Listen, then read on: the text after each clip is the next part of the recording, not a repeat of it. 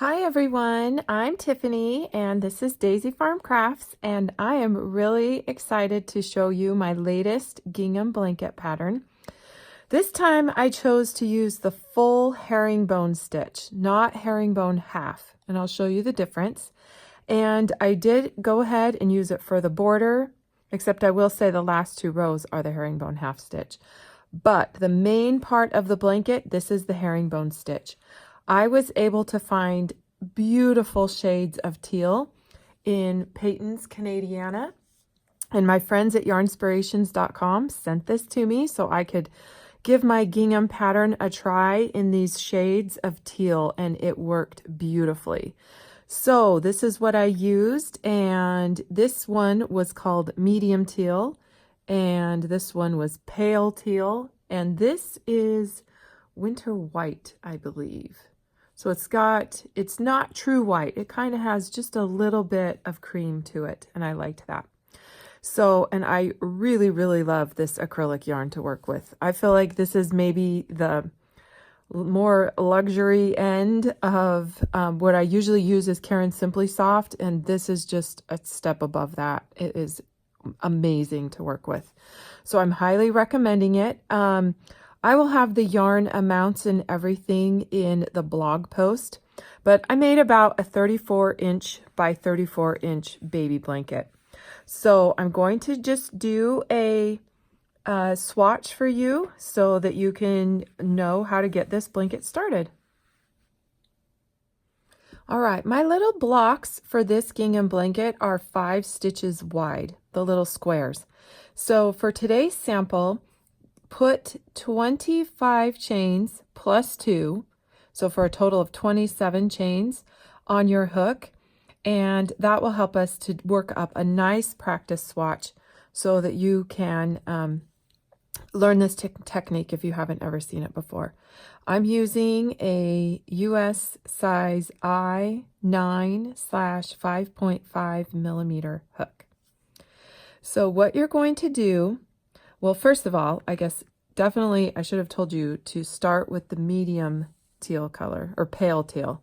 And I always call that my medium color. Sorry, I'm going to get this winter white ready to go too.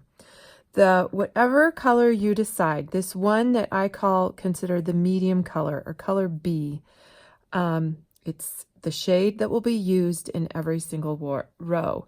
So generally you have a white or a cream as one of your colors, and then you have a darker color. So pick the one that's in the middle. That's the chain, and you'll start with that color. So a herringbone stitch, we're going to start in the 3rd chain from the hook. And what we're going to do for the herringbone is that you yarn over, pull through, and still pull through the first loop. In a herringbone half, we would yarn over and go through both, just like that. But for a herringbone stitch, we're going to go ahead and just go through 1 and then go through 2. So it just adds 1 extra step. So you yarn over, insert your hook, yarn over, pull back through, and pull through that first loop. Yarn over, pull through just 1 again, and then pull through 2. Okay, we're going to do that for the first 5 stitches here. And then I'll show you how we're going to introduce the cream color, or winter white. So this kind of extends the herringbone stitch just a little bit, makes it a little bit taller and a little bit slantier. And I like it. I liked the zigzags that it kind of gave this blanket. Okay, just before you finish that 5th stitch, 1, 2, 3, 4, 5, this is the 5th. So on that last step, go ahead and stop here. Make a decision to keep your medium color to the front, and go ahead and grab your winter white and simply lay it over the hook and pull through. Just like that. Now we are going to work with the winter white, but at the same time, we're going to pull this along with us and crochet over it. We're going to take this pale teal with us. So what I mean by that is I'm still going to insert my hook into the next stitch. I'm going under that top loop and I'm going underneath the extra yarn that we're going to carry with us. And I'm going to work that herringbone stitch just like that. And I'm going to do this for the next 5 spaces. And then I'll show you how we're going to pull up and use the color again. So this is, I think, oh my gosh, I think it's my 17th gingham blanket. I just love this design so much. Once I discovered how to do this, oh, I've just been experimenting and trying all sorts of different ways, different numbers of stitches and everything. So you can find all of those on my website. 1, 2, 3, 4. This is the 5th stitch. I need to go through one more before I pull through. It's always on the last step. And now this one, I'm going to keep to the back. A little bit easier with this stitch to keep your yarn from twisting, but still make it an effort to keep one forward and one back. Okay, here we go into the next stitch. And I'm just still working over and carrying that yarn with me. Kind of pulling it. And I will say the base chain of any blanket is always the trickiest. There's just not much to hang on to. So you really have to kind of go with it here. So be patient. And I do always recommend a practice swatch. I think it helps you to get your tension worked out. Maybe you want your blanket to be a little bit tighter. You certainly are welcome to go down a hook size. You know how we all crochet differently. So if you need to adjust up or down. Okay, sorry, I was talking. Yeah, okay, there we go. That's my 5th stitch. And just before I pull through on the last one, I want to pull through with the new color. Kind of give that a tiny little tug. Now, the base chain for the blanket that I used was 107 chains. That gave me, 105. If each block was 5, that's how I came to that. So I did 105. And I always recommend that when you go to do your own width, keep the blocks, an odd number, so that you start and end with the same color. Here we go. I'm on the 5th stitch here. I'm going to keep this one to the back, pull through. Then I'm going to show you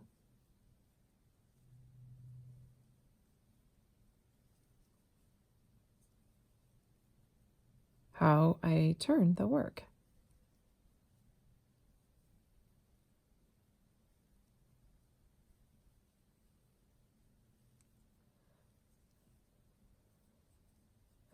Of course, everything can be found on daisyfarmcrafts.com. I just can't believe how fun this has been for me to share my patterns. And maybe you don't know if this is the first time you're finding us. Okay, just a minute, I'll tell you in a second. Okay, there you go. I'm going to chain 2 and turn. Just like that. Now this white, I'm just going to kind of wrap it around the back and bring it along with me. And you might be able to see a little bit on the end, but don't worry, your border will cover that up. So do you see how I'm going to work underneath the white too, so it comes along with me. Okay. But anyway, I just started sharing my designs on my website probably 3 years ago, and I really just started back into crochet hoping that I would become a grandma. I thought, why not? We'll try. My oldest daughter Hannah had been trying to have a baby, and I didn't know an Instagram community even existed a crochet community on Instagram. And that was fun. And I just started sharing. And here we are. So it's really fun to just continue to share my designs with you. I am in no way like this is my hobby. I just love it. So I do my best to write these patterns down too, so that mainly when I write my patterns, I'm trying to, it's as if I'm explaining it to my daughters, who I always hope will learn to crochet. And it worked with Hannah. She learned to crochet simply because I needed her computer help when the website started growing so much. So we like to laugh and joke that I've never actually taught her in real life. She's learned by reading all my patterns and watching the videos. So anyway, and now Hannah has amazing designs too. Oh my gosh, some of her stuff is just so beautiful. Very simple. I would say everything on Daisy Farm Crafts is pretty much beginner friendly. Okay, even this I think is you know, if you've got a handle on learning a few of the stitches and you've got your tension down, I think with a little bit of practice, this is even just such a relaxing and fun pattern. So, okay, I am going to do this for a total of 4 rows, and then I switch colors again, and we'll be still using that pale teal, but then we'll introduce the dark. So I'll push pause, and I'm going to get my 4 rows done, and I'll show you how to introduce the new color. All right, how's yours looking? I want you to know that I do see the pale blue, or the pale teal, sorry, running through. You do see that. It's, you know, maybe just on camera it looks like you can't see it, but you can very faintly see it. But when the blanket's finished, it's really not noticeable at all. So I don't want you to think you're doing something wrong because you can see that color going through there. Now, if it's popping out, I'm going to show you a little tip that I think I forgot to mention before. Okay, so we are done with the white, and you are free to cut it off, or if you want to carry it up the side, you still could, because this is just 4 rows. I'm going to leave that decision up to you, because you can crochet over it on the border, or, you know, you can weave it off. I think that's personal preference. For today, I'm just going to cut the white off. And I'll show you on my blanket. I carried it up the side, and I'll show you what that looked like.